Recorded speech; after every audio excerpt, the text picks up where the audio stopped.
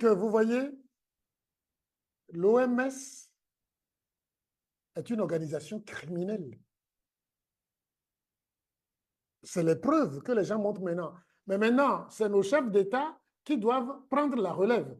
Mais ces gens-là qui ne veulent pas perdre leur siège, qui ne méritent pas d'être présidents, s'ils ne sont pas aussi âgés que Yoweri Museveni, ils ne vont jamais accepter ça. Tous ceux qui sont jeunes, en dehors des pays de l'AES, ils ne vont jamais accepter qu'on dise Mondovision ce qu'on vient de dire.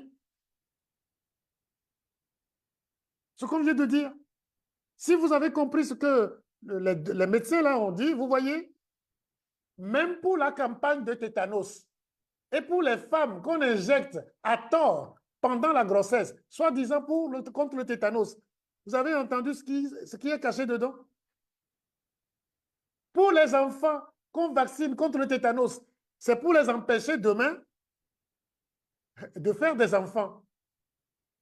Pire, dans ce vaccin de tétanos, on met l'hormone gonadotrophique chorionique, c'est-à-dire le test de grossesse. Ce qu'on utilise pour le test de grossesse, on injecte ça aux enfants. Et les enfants qui ne sont pas en puberté produisent des anticorps qui font qu'ils ne feront jamais d'enfants. Ils seront stérilisés à vie. Pour le tétanos. Alors que, en 72, c'est-à-dire, ils ont étudié ça correctement entre 72 et 92. Le deuxième problème, c'est concernant le palu. Ils ont éradiqué le palu en Angleterre en 1921. Aux États-Unis, c'est en 51 qu'ils ont éradiqué ça. Vous voyez? Mais en Afrique, non.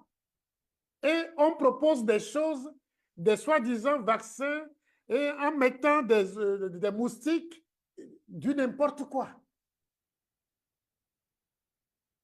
Et tout ça, dans quel but? Tuer, stériliser, tuer, stériliser. Plus loin. Entre-temps, on fait des campagnes dans nos pays, soi-disant pour lutter contre le cancer du col. Oh! Toujours la même chose. Des vaccins soi-disant pour prévenir le cancer, mais qui sont plus dangereux que la maladie elle-même. Bref, vous voyez, je vous ai développé le capitalisme au départ.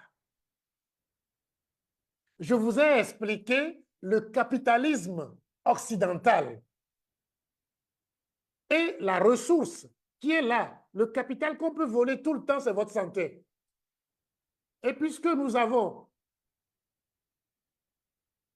des gens qui ne méritent pas être dans un palais, qui, pour le plaisir du palais, sont prêts à tout, croyant que l'argent va les sauver, ils prennent des milliards et laissent vacciner leur population.